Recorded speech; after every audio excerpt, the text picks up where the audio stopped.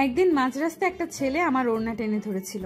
আমি পেছনে ফিরে ছেলেটার হাতে আমার ওড়না দেখে কোনো সাত পাঁচ না ভেবে তার গালে একটা থাপ্পড় বসিয়ে দিয়েছিলাম। কিন্তু আমি জানতাম না ছেলেটা সাধারণ কোনো ছেলে না, সে গুন্ডা মাস্তান টাইপের ছেলে। আর সেদিন থেকেই আমি ওই ছেলের নজরে পড়ি। ছেলেটাকে থাপ্পড় দিয়ে বলেছিলাম, বাসায় কি মা বোন নাই? ছেলেটা আমার চোখের দিকে তাকিয়েছিল। তারপর আমি তাকে অভদ্র বলে বাসায় চলে আসি। আমাদের এলাকার পাশের এলাকাটা নাম করা এলাকা, মানে খারাপ হিসেবে পরিচিত।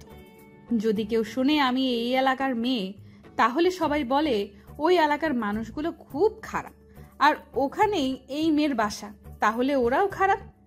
আসলে দুই এলাকা পাশাপাশি হওয়ায় আমাদের এলাকার মানুষদেরও সবাই খারাপ বলে। পাশের এলাকার মানুষগুলো মারামারি ঝগড়া এসব নিয়ে দিন পার করে, আর অর্পণ ওই এলাকার ছেলে, আর তারও খারাপ হিসেবে খুব নামডাক আছে। বখাটে ছেলে একটা, মারামারি তো তার পেশা। তবে আমি এর আগে তাকে কখনো দেখিনি। বাসায় এসে আম্মুকে বললাম, আম্মু জানো, একটা ছেলে আজ রাস্তায় আমার ওড়না টেনে ধরেছিল, আর আমি তাকে থাপ্পড় মেরেছি। আম্মু আমাকে ভালো করেছি বলবেই কি তা না, উল্টো বলছে, তুই কি করেছিস সেটা? যদি ওই ছেলে তোর কোনো ক্ষতি করে ফেলে? এলাকার অবস্থা ভালো না বলে সবাই অল্প বয়সে এখানকার মেয়েদের বিয়ে দিয়ে দেয়। আমার আব্বুর স্বপ্ন আমি অনেক পড়াশোনা করব, তাই তিনি আমাকে পড়াচ্ছেন। কিন্তু আব্বু তো বিদেশ, বাসায় ছেলে মানুষও নেই, খুব সাবধানে থাকতে হয় আমাদের। তাই পরের দিন ঘুম থেকে উঠেই শুনি আম্মুর চিল্লাচিল্লি। আমি চোখ ডলতে ডলতে ঘুম থেকে উঠে আম্মুকে জিজ্ঞেস করি, হয়েছেটা কি? সকাল সকাল চিল্লাচ্ছ কেন? তুই জানিস তুই কাকে থাপ্পড় দিয়েছিস? কাকে? আরে ওই ছেলের নাম অর্পণ, পাশের এলাকার নাম করা বখাটেও, মারামারিতে সবার আগে, খুব খারাপ ছেলে। আর তুই কিনা ওকেই মারলি? আজ থেকে তুই আর বাসার বাইরে যাবি না। আজ থেকে কলেজেও যেতে হবে না তোর, বাসায় বসে বসে পড়বি, পরীক্ষার সময় পরীক্ষা দিবি, ব্যাস। আম্মুকে জিজ্ঞেস করলাম, তুমি কিভাবে জানলে যে ওই ছেলেকেই আমি মেরেছি? আরে ওই ছেলে ওর বন্ধুকে পাঠাইছে বাসায়, আর বলছে এটা নিহিনদের বাসা নাকি। আমি বলছি হ্যাঁ, কোনো সমস্যা? তখন ওই ছেলে আমাকে বলল, আপনার মেয়ে কার গায়ে হাত তুলছে জানেন? অর্পণের গায়ে। আল্লাহ, এই মেয়ে নিয়ে আমি কি করব? মানুষও চেনে না। আম্মু প্লিজ এভাবে চিল্লাচিল্লি করো না, আমি যাব না বাসার বাইরে, এবার শান্তি। শান্তি। এরপর আমি কলেজে যাওয়া বন্ধ করে দিই। কিন্তু ওইদিকে অর্পণ আমাকে খুঁজে হয়রান। আমি প্রায় 4 দিন ক্লাসে যাইনি, আর সে এইদিকে আমার বান্ধবীদের বলে দিয়েছে আমি যদি পরের দিন কলেজে না যাই তাহলে সে সোজা আমাদের বাড়ি এসে আমার হাত ধরে টেনে নিয়ে যাবে। আমার বান্ধবী বর্ষা আমাকে কথাগুলো জানায়। আমি কথাটা শুনে প্রচুর ভয় পাই আর আম্মুকে বলি, কিন্তু আম্মু আমার চেয়ে বেশি ভীতু। সে চিন্তায় নাওয়া খাওয়া ছেড়ে দেয়। আমি পরের দিনও কলেজে যাই না। এইদিকে পরের দিন অর্পণ বর্ষাকে বলে, ও তো আসলো না, ঠিক আছে, কোনো সমস্যা নাই, আমি রাতে ওদের বাসায় যাব, ওকে বলে দিও।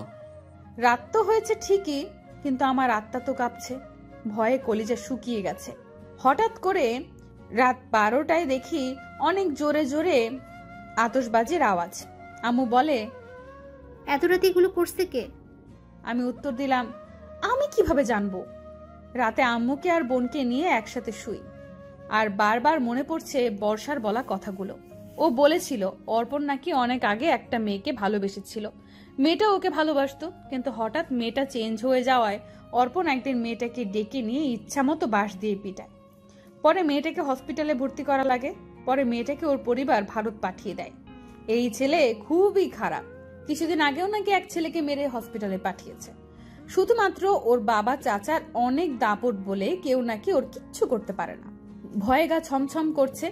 সারা রাত আমি শুয়ে আছি ঠিকই, কিন্তু চোখে এক বিন্দু পরিমাণ ঘুম নেই। মনে মনে ভাবতে থাকি সকাল হলেই আজ আমি কলেজে যাব, আর তাকে গিয়ে জিজ্ঞেস করব সে কি চায় আমার কাছে। কিন্তু সকালবেলা হঠাৎ দেখি আম্মুর চিৎকার করে ডাকছে আমাকে, নিহিন, নিহিন দেখে যা, এখানে আয়। আমি দৌড়ে এসে যা দেখি তা দেখার জন্য আমি প্রস্তুত ছিলাম না।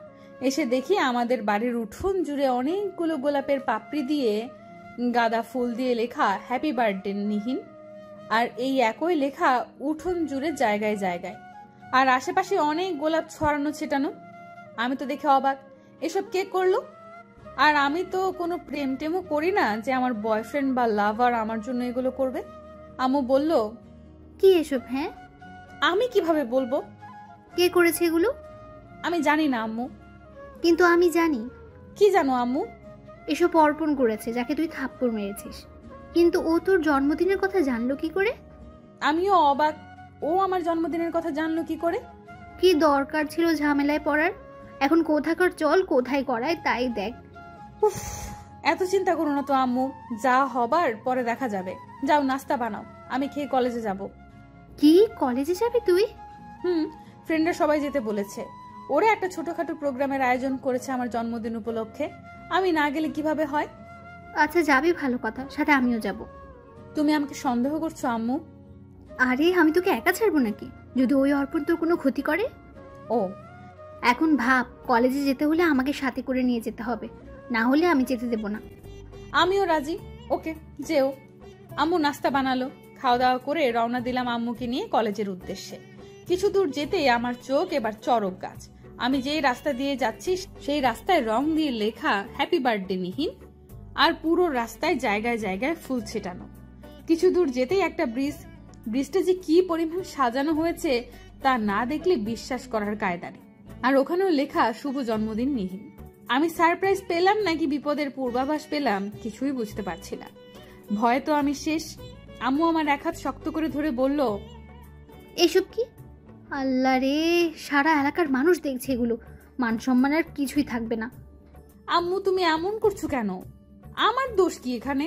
আমি তো কিছুই করলাম না। আমি কি বলেছি কাউকে এসব করতে? আম্মু সারা রাস্তা আমাকে বকতে বকতে কলেজে নিয়ে গেল, আর এতক্ষণে রাস্তার অনেকেই আমার দিকে তাকিয়ে মুচকি হাসি দিয়ে চলে গেছে। আম্মু সাথে ছিল বলে হয়তো কেউ কিছু বলেনি। কিছুক্ষণ পর কলেজে পৌঁছালাম।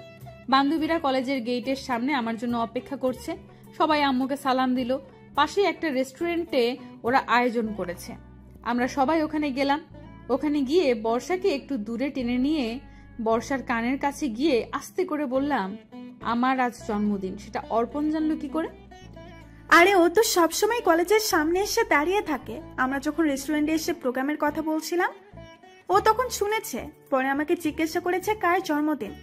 আমি বলেছি নিহিনের। তুই জানিস ও কি করেছে? আমাদের বাড়ির উঠোন রাস্তা জুড়ে হ্যাপি বার্থডে নিহিন লিখে রেখেছে। কি বলিস? যা শুনতে পেলি। ও কি তাহলে তোর প্রেমে পড়ে গেল নাকি? মানুষ থাপ্পড় খেয়ে শত্রু হয়, আর ও দেখি তোর প্রেমে পড়ে গেল। থুর, কিছুই ভালো লাগছে না আমার, কি যে হচ্ছে। আচ্ছা এখন এসব বাদ দে, এখন কেক কাট, এনজয় কর। আর এনজয় দিছে আমার জন্মদিনের 12টা বাজিয়ে। সবাই মিলে কেক কাটলাম, খাওয়া দাওয়া করলাম, সবাই আমাকে গিফট দিল। তারপর সবার কাছ থেকে বিদায় নিয়ে বাসায় ফিরলাম। বাসায় আসার সময় কোথাও আমি অর্পণকে দেখিনি। মনে মনে ভাবতে লাগলাম, যাক বাবা, বেঁচে গেছি। বাসায় এসে ফ্রেশ হলাম। আম্মু ফ্রেশ হয়ে নাস্তা করতে চলে গেল। সারাদিন ভালোই কাটলো। বিকেলে বোনকে নিয়ে মেইন গেটের সামনে গেলাম, আর তখনই হুট করে অর্পণ এসে হাজির। আমি ওকে দেখে বাসার ভেতরে ঢুকবো সেই শক্তিটুকুও নেই। ছোট বোন বলল, আপু চলো। আর তখনই অর্পণ আমার সামনে এসে দাঁড়ায়। দেখুন কি চান আপনি? চলে যান, কেউ দেখলে খারাপ বলবে আমাকে। কে খারাপ বলবে? ওর জিব্বা কেটে ফেলবো না? দেখুন আপনার পায়ে পড়ি, প্লিজ চলে যান এখান থেকে, লোকে খারাপ বলবে। তাহলে কথা দাও কাল কলেজে আসবে। না, আসবো না। যদি না আসো তাহলে আমি তোমার বাসায় এসে বসে থাকবো। তখন কেউ মন্দ বললে আমার দোষ না। এখন বলো, আসবে কিনা কাল কলেজে? আচ্ছা আসবো, এবার আপনি যান প্লিজ। এরপর অর্পণ আমার হাতে একটা শপিং ব্যাগ দিয়ে চলে যায় ওখান থেকে। আমি তো ভয়ে শেষ। কেউ দেখলো কিনা ভাবতে ভাবতে মাথা খারাপ আমার। যদি কেউ দেখে তাহলে তো বদনাম হয়ে যাবে আমার। ছোট বোনকে বললাম, কি জ্বালায় পড়লাম আমি বল। হাত থেকে ব্যাগটা ছুঁড়ে ফেললাম মাটিতে। আর তখনই একজন প্রতিবেশী এসে দেখে বলে, কি এটা? আর সাথে সাথে আমার বোন ব্যাগটা হাতে নিয়ে বলল, গিফট এটাতে আপুকে তার এক ফ্রেন্ড দিয়ে গেল। আজ আপুর জন্মদিন তো তাই। তুমি না একটুও বুদ্ধি নাই তোমার। যদি এটাই চিঠিপত্র কিছু থাকে তখন কি হবে? কেউ যদি পড়ে ফেলে? এই কথা বলে বোন আমাকে নিয়ে আর ব্যাগটা নিয়ে আমার রুমে চলে আসলো। তারপর দরজা আটকে দিয়ে নিজেই খুললো ওটা। খুলে দেখে সত্যি সত্যি একটা চিঠি, আর সাথে একটা শাড়ি আর অনেকগুলো লিপস্টিক। চিঠিটা খুলে ও নিজেই পড়া শুরু করলো। নিহিন, আমি চিঠিপত্র কিছুই লিখতে পারি না, জানাও নেই আমার কিভাবে লিখতে হয় চিঠি, তাই মনের ভাব এলোমেলোভাবে প্রকাশ করে ফেললাম।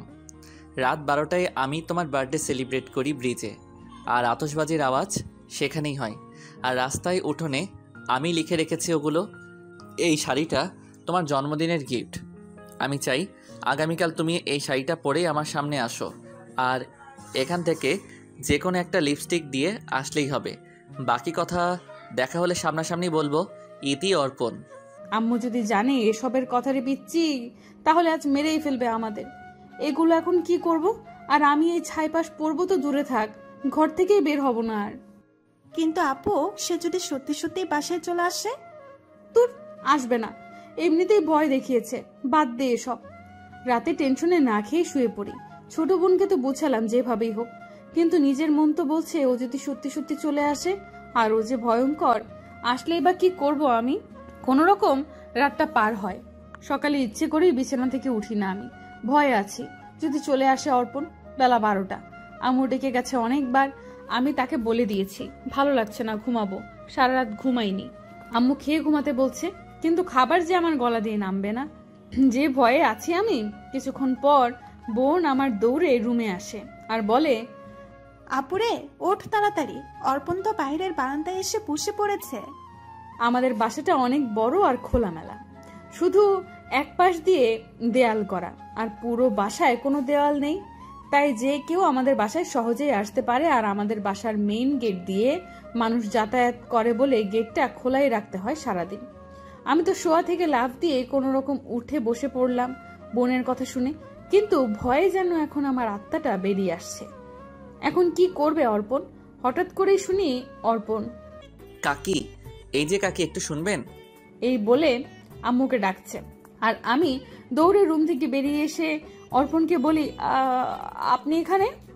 আর অর্পণ আমার দিকে রাগী চোখে তাকিয়ে আমার সামনে এসে আমার বাম হাতটা শক্ত করে মুঠো করে ধরে। হাত ধরলেন কেন আমার? আজব তো, হাত ছাড়ুন। তোরে কি বলছিলাম আমি? দেখা করতে বলি নাই? কেন করলি না দেখা? এবার তো আমি তোকে আমার সাথেই নিয়ে যাব। এতক্ষণে আম্মু বলে চিৎকার দেই আমি, আর আম্মু আসা মাত্র অর্পণ আমার হাত ছেড়ে দেয়।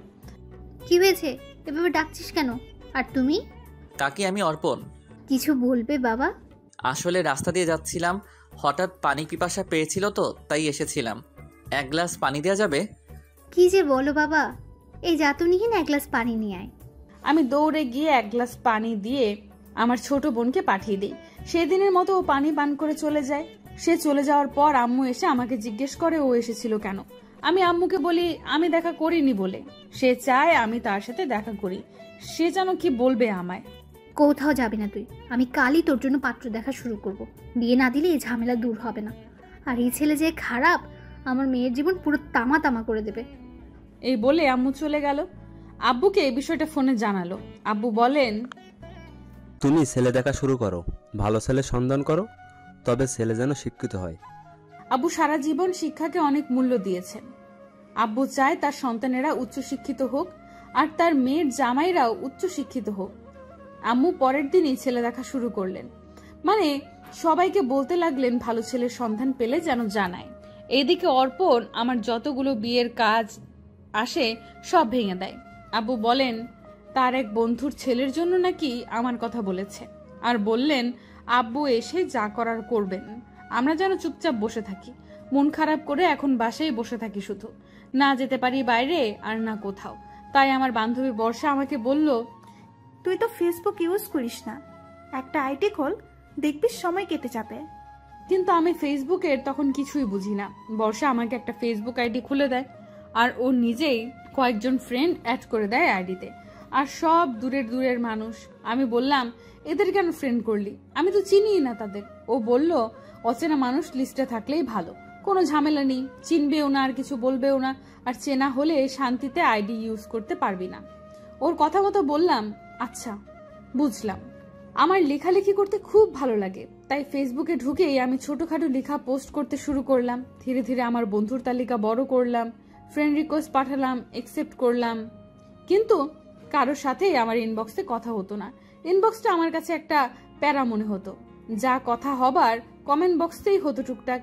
এর মাঝে যারা আমাকে ইনবক্সে নক করতো আমি তাদের এড়িয়ে চলতাম বেশিরভাগ।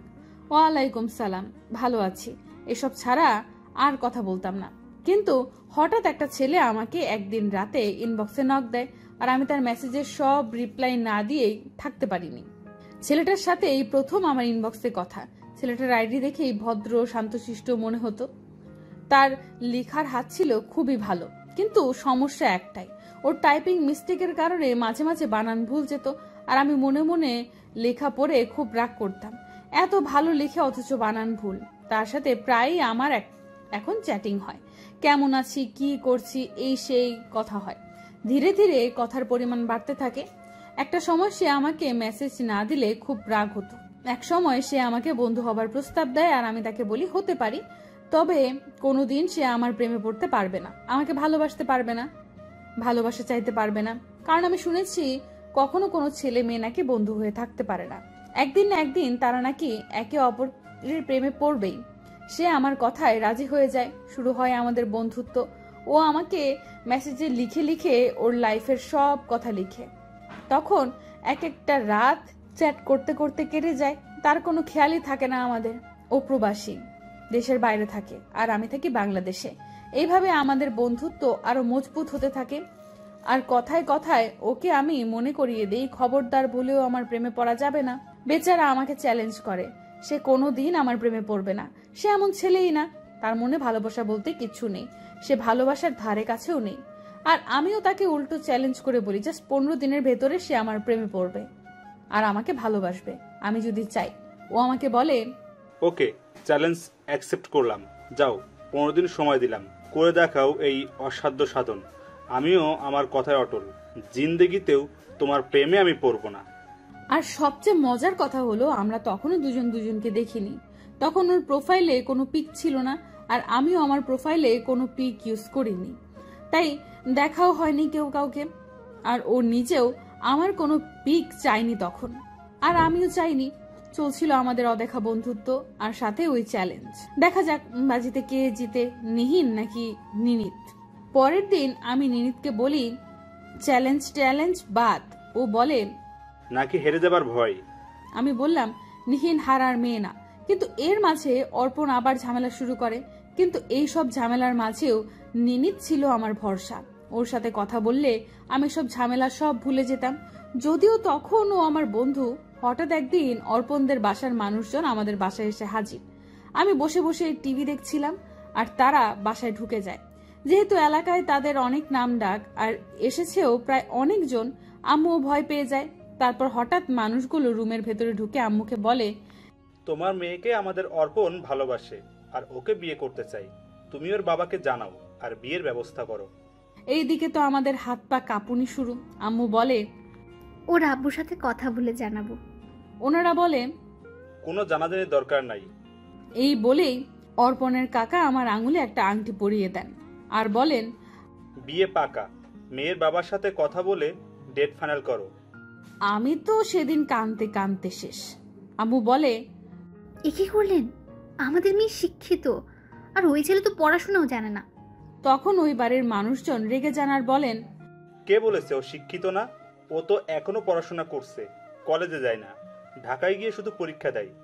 পরে অবশ্য জানা যায় আসলে নিজের এলাকার কলেজে পড়ে না বলে অনেকেই জানে না ও যে পড়াশোনা করে। আম্মু বলে, কিন্তু ও তো মারামারি করে, সবাই বলে। তারা বলেন, আমাদের নাম ডাক আছে, তাই ওই সব একটু আধটু হয়, আর মানুষ এমনিতেই আমাদের নামে খারাপ কথা ছড়ায়। আম্মু আর কথা বাড়ায় না। এদিকে আম্মু আব্বুকে সব জানায়। আব্বু বলেন, আমি আমার বন্ধুর ছেলের সাথেই নিহিনের বিয়ে দেব, তুমি কোনো চিন্তা করো না। এরপর আমি মানসিকভাবে ভেঙে পড়ি, অসুস্থ হয়ে পড়ি। অনেকদিন অনলাইনে যাই না, ফেসবুকে আসা হয় না। আম্মু বলে, তুই এসব নিয়ে ভাবিস না, তোর আব্বু একটা ব্যবস্থা করবে। আম্মু অনেক বুঝায় আমাকে। তারপর ডিপ্রেশন কাটিয়ে আমি কয়েকদিন পর অনলাইনে যাই, আর গিয়ে আবার নিনিতকে বলি, তুমি কিন্তু আমার প্রেমে পড়ো না কখনো, আমি এঙ্গেজড। ও আমাকে বলে, তুমি নিশ্চিন্ত থাকো। ও আর আমাকে জিজ্ঞাসা করে না কিছু, আর আমিও বলি না। এদিকে আমাদের বন্ধুর মতোই কথা চলতে থাকে। কিন্তু হঠাৎ আমি একসময় ফিল করি আমি নিজেই নিনিতকে ভালোবেসে ফেলেছি। ওর জন্য অদ্ভুত একটা টান কাজ করে। যেহেতু অর্পণের জন্য বাসা থেকে কোনো সাপোর্ট নেই আর আমিও ওকে পছন্দ করি না, সেহেতু ভালোবাসাটা নিনিতের জন্যই জন্ম নেয়। আর ভাবতে থাকি নিনিত যদি আমাকে ভালোবাসে আর দেশে আসে তাহলে আব্বু আম্মুকে আমি নিনিতের কথাই জানাবো। আর একদিন নিজেই নিনিত আমাকে বলে দেয় ভালোবাসি, আর সাথে সাথে আমিও বলে ফেলি ভালোবাসি। এরপর একদিন ওর প্রোফাইলে একটা ছবি আপলোড করে, যে ছবিটা দেখে আমার বাকরুদ্ধ হবার অবস্থা। সব সময় আমার বান্ধবীরা বলতো আজ ওর উপর ক্রাশ খেয়েছি, কাল ওর উপর ক্রাশ খেয়েছি, কিন্তু আমার লাইফে আমি কোনোদিন ক্রাশ শব্দটা ইউজই করিনি। কিন্তু সেদিন প্রথম আমার মনে হলো আমি ক্রাশিত হলাম আমার নিনিতের হাসিতে। আমার লাইফের প্রথম এবং শেষ ক্রাশ আমার নিনিত। দেখতে দেখতে চলছিল আমাদের ভালোবাসা, স্বপ্ন দেখা। ভালোবাসা কি সেটা আমি ওর থেকেই প্রথমে জেনেছি। সত্যিকারের ভালোবাসার অনুভব আমি ওর থেকেই পেয়েছি। এর মাঝে হঠাৎ করে শুনি অর্পণের বাইরে যাবার সব কিছু ঠিক হয়ে গেছে। অর্পণ ওদের বাসায় জানায় ও আমাকে বিয়ে করে রেখে যেতে চায়, কিন্তু আম্মু কোনোভাবে তাদের রাজি করান যে ও দেশে আসলেই বিয়ে হবে। আর এদিকে আমিও পড়াশোনা শেষ করি আর এমনভাবে বোঝান যে সত্যি সত্যি আম্মু খুশি মনে বলেছেন, আর তারাও এটাই মেনে নেন। অর্পণ বাইরে চলে যায়, কিন্তু ও যাওয়ার আগে সারা এলাকা যে জানিয়ে যায় আমি ওর হবু বউ, এটা আমরা কেউ বুঝতে পারিনি। কিন্তু বুঝি তখন যখন রাস্তায় বের হলে সবাই বলতো কিরে তোর বর কেমন আছে। মাথা আমার খারাপ হয়ে যেত এসব কথা শুনে। আমি না পারতাম এগুলো সইতে, না পারতাম কাউকে বলতে। বাসায় এসে আম্মুকে বলতাম, সবাই দেখি জানে আমি অর্পণের বউ। আম্মু বলে আর বলিস না, আমাকেও সবাই একই কথা বলে। জানি না কি হবে, এমন মানুষের নজরে পড়েছিস, ওকে তোকে সহজে ছাড়বে। ওইদিকে আমি এসব ঝামেলার কথা বারবার নিনিতকে বলতে চাইতাম, কিন্তু বলতে পারতাম না। ভাবতাম ও তো দূরে, যদি এসব চিন্তা করে ও কাজের জায়গায় গিয়ে অ্যাক্সিডেন্ট করে ফেলে, বা যদি আমাকে ছেড়ে যায় এসব শুনে। যেহেতু আমাদের সামনাসামনি দেখা হয়নি, ও যদি আমার কথা বিশ্বাস না করে, আর এই ভয়টা থাকার কারণও ছিল বটে। নিনিত আমাকে খুব সন্দেহ করত, যে কোনো বিষয় নিয়ে অবিশ্বাস করত। যেমন যার তার আইডির নাম বলে বলতো এইগুলো তোমার আইডি, ওই আইডি থেকে কাউকে কমেন্ট করলে বলতো ওইসব কমেন্ট নাকি আমি করেছি। অথচ আমি ওর অগোচরে তখন আমার কোনো আইডিই ছিল না। আমি কসম খেয়েও ওকে বিশ্বাস করাতে পারতাম না যে ওগুলো আমার আইডি না। এই সামান্য ব্যাপারগুলো ও বিশ্বাস করে না, আর এত বড় ঘটনা ঘটে যাচ্ছে আমার জীবনে, আমি বললে বিশ্বাস করবে? এই ভেবে লুকিয়ে যেতাম ওর কাছে, আর ভাবতাম সময় আছে যেহেতু আমার হাতে, সেহেতু ও আসলেই সব বুঝিয়ে বলবো, তারপর যা ডিসিশন হয় হবে। ও যদি চায় আমাকে ওর লাইফে জড়াতে তাহলে জড়াবে। ওকে বারবার জিজ্ঞেস করতাম, আচ্ছা কবে দেশে আসবে তুমি? ও বলতো আমি এখন আসতে পারবো না, পারলে তোমার কাছে কবেই চলে আসতাম। এর মাঝে আব্বু আসেন। আসার পর আব্বু ছেলে দেখা শুরু করেন, আর ওইদিকে এলাকায় এটা জানাজানি হয়, আর সেটা অর্পণের কানেও যায়। অর্পণ ওর বাসায় জানায় ও এই মুহূর্তে আমাকে বিয়ে করবে, আজই বিয়ে করবে। যদি ওর পরিবার ওকে না করায় বিয়ে, তাহলে ও সুইসাইড করবে। তাই ওর পরিবার সিদ্ধান্ত নেয় যেভাবেই হোক ফোনে কাবিন করাবে আমাদের। আর যেহেতু অর্পণ একরোখা বদমেজাজি, তাই ও যে কোনো কিছু করে বসতে পারে। আর তাই ওর পরিবারের মানুষজন এলাকার চেয়ারম্যান মেম্বারদের বুঝিয়ে আমাদের বাসায় নিয়ে চলে আসেন। আর ওর কাকাই একজন চেয়ারম্যান, আর সাথে করে নিয়ে আসেন আমাদের এলাকার কয়েকজন মুরব্বীদেরও। আমরা কেউ জানি না কিছু। আব্বুকে এসে সোজাসুজি বলেন আজ আপনার মেয়ের সাথে অর্পণের বিয়ে দিতে হবে ফোনে। আব্বু বলে এসব কিভাবে সম্ভব? কিন্তু সবাই মিলে আব্বু আম্মুকে অনেক প্রেসার দিতে থাকেন। এদিকে এত মানুষ আর আমাদের সাপোর্টে কেউ নেই। সবাই বলছে করে ফেলো মেয়ের কাবিন, এই ছেলে তোমার মেয়েকে ছাড়বে না, আর গোপনে যদি অন্য কোথাও বিয়ে দাও তাহলে তোমার সমস্যা হতে পারে। আম্মু কান্নাকাটি করছে, এদিকে আমিও কাঁদছি। আব্বুও দিশে পাচ্ছে না কি করবে। আর আমি যে নিনিতকে কিছু জানাবো, নিনিত তো বাইরে, না পারবে আসতে, না পারবে কিছু করতে। ওর নাকি ভিসা নেই। আর ওইদিকে অর্পণ বারবার ওদের পরিবারের জানায় কাবিন আজ না হলে অর্পণের লাশ যাবে দেশে। অবশেষে আম্মু এসে আমাকে বলেন তোর আব্বু বলছে কাবিনটা করে নিতে। কিন্তু আম্মু এই ছেলে তো। দেখ মা, এলাকার সব মানুষ একজোট হয়ে আছে, আমাদের তো এখানেই থাকা লাগবে। সবাই জানে তোদের এঙ্গেজমেন্ট হয়ে গেছে। তাছাড়া তোর বোনের কথা চিন্তা করবি না, ওরা যদি ক্ষতি করে ওর, আর ওই ছেলে যদি কিছু করে ফেলে তাহলে আমাদের পুরো পরিবারের সাফার করতে হবে। তুই কি এটা চাস? তাছাড়া ছেলে তো পড়ালেখাও জানে, হয়তো বাজে রেকর্ড ছিল, কিন্তু এখন তো বাইরে চলে গেছে, ভালো জায়গায় থাকে। দেশে যখন ফিরবে তখন আর এমন থাকবে না, রাগ ঝাল সব চলে যাবে ওর। তাছাড়া তোকে ভালোবাসে, তাই তো পাগলামি করেছে এত। তোমরা এইভাবে আমার জীবনটা নষ্ট করে দিবা শুধুমাত্র তোমরা এলাকায় সেফ থাকার জন্য? এগুলো আমার কথা না রে মা, তোর বাবার কথা। সে চায় না কোনো কারণে তার মান সম্মান নষ্ট হোক। বেচারার অবস্থা খুব খারাপ, উনিও এই ছেলেকে অতটা পছন্দ করে না। আম্মু, আমি এই এলাকা ছেড়ে চলে যাব, অন্য জেলায় চলে যাব। প্লিজ এই ছেলেকে বিয়ে করতে বলো না আমায়, আমার জীবনটা এইভাবে নষ্ট করে দিও না। মারে, আমার কিছুই করার নাই, দেখছিসই তো ওদের কত বড় গ্যাং। তুই যদি অন্য কাউকে বিয়েও করিস, ওই ছেলের ক্ষতি করতে তার 1 মিনিটও হাত কাঁপবে না। এবার তুই চলে গেলেও তো আমাদের এখানে থাকতে হবে, যদি তারা আমাদের ক্ষতি করে। আম্মু কাঁদছে। আমি জানি এই ছেলেকে আম্মুর মোটেও পছন্দ না। ছেলে দেখতে সুন্দর, পরে জানা গেল শিক্ষিত, কিন্তু এই ছেলের নামে মারামারি রেকর্ড আছে। আর আমরা মধ্যবিত্ত পরিবার, সাধারণ পরিবার, আর তারা ক্ষমতাবান পরিবার, তাদের অনেক পাওয়ার। আম্মু তাই রাজি না এখানে, কিন্তু বাধ্য হয়ে রাজি হতে হচ্ছে তাদের। আমি আব্বুর সাথে কথা বলতে চাই। আব্বুকে ডাকো। আম্মু আব্বুকে ডাকে। আব্বু এসে আমার হাত ধরে কান্না করে দেন। কাবিনটা করে নাও মা, আমার মান সম্মানের বিষয়। আমি এই বয়সে আমার মান সম্মান হারালে মরণ ছাড়া আর পথ থাকবে না। অন্তত আমাদের ভালোর জন্য রাজি হয়ে যাও। আমি আব্বুকে শুধু বললাম, তাই বলে আমার পছন্দ অপছন্দের কোনো দাম নেই। সারাটা জীবন আপনাদের কথা মতো চলেছি আব্বু, আর এখন এমন একটা ছেলের সাথে কাবিন করতে বলছেন যাকে আমি না কোনোদিন মানতে পারবো আর না ভালোবাসতে পারবো। আব্বু, আমি অন্য কাউকে পছন্দ করি। আমার আব্বু অসুস্থ হয়ে পড়েন, আর সবাই আরো বেশি করে প্রেশার দিতে থাকেন। অবশেষে বাধ্য হয়ে ফোনে কাবিনটা করেই নিতে হয় আমার।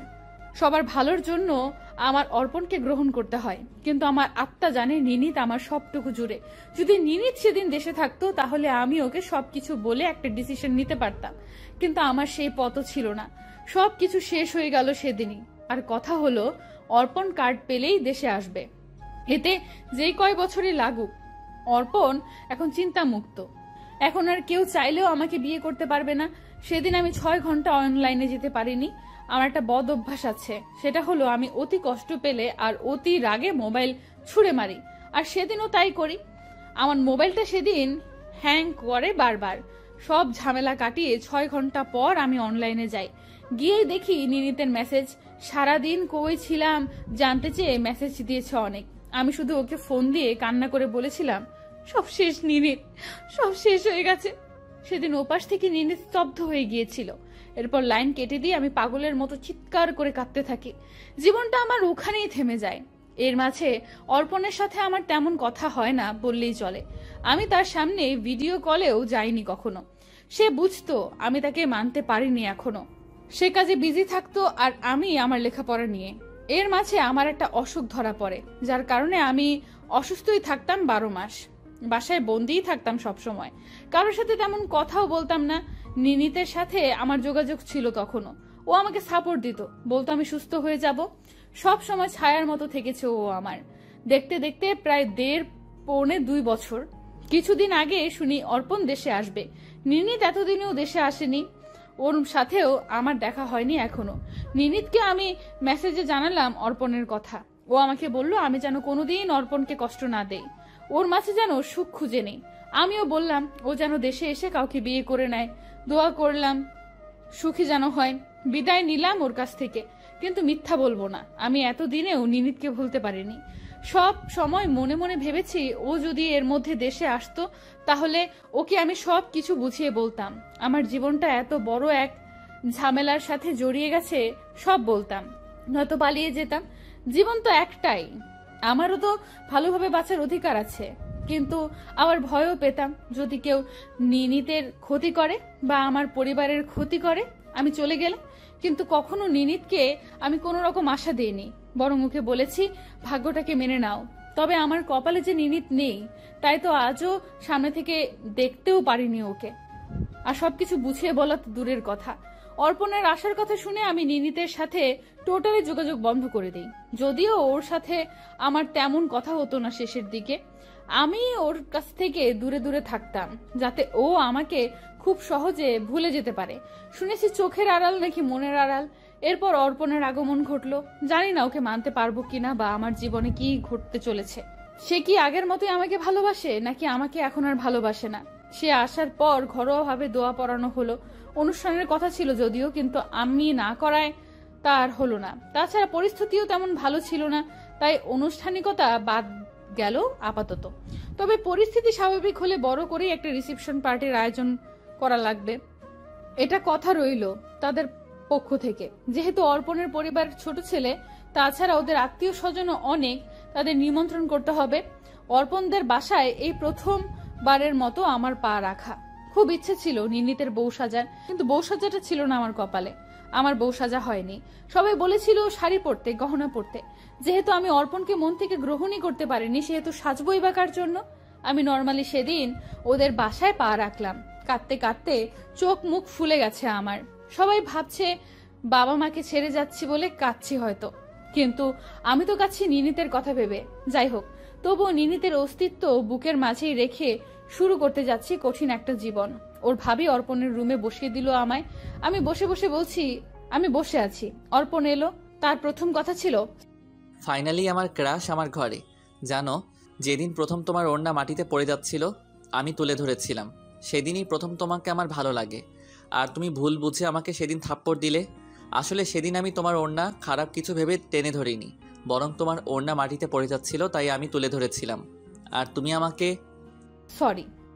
সরি বলতে হবে না, ওই থাপ্পড়ের জন্যই তো আজ তুমি আমার ঘরে।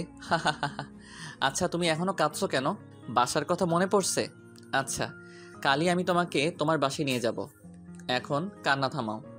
আমি যে পরিবেশে মানুষ হয়েছি, অর্পণদের পরিবেশ তার থেকে একদম ভিন্ন। তবু মানিয়ে নেওয়ার চেষ্টা করছি আমি। এখানে কেউ আম্মুর মতো আগলে রাখে না। নির্নীতের সাথে আমি আর যোগাযোগ করিনি। কি লাভ যোগাযোগ করে ওর কষ্ট বাড়িয়ে? ও বরং জানুক আমি অন্য কাউকে পেয়ে ওকে ভুলে গেছি। হয়তো ও ভালো আছে, আমিও হয়তো একদিন এই পরিবেশে নিজেকে মানিয়ে নেব। কাটছে দিন, এই তো চলছে জীবন, আর এভাবেই হয়তো চলতে থাকবে। ধন্যবাদ সবাইকে আমাদের পাশে থাকার জন্য।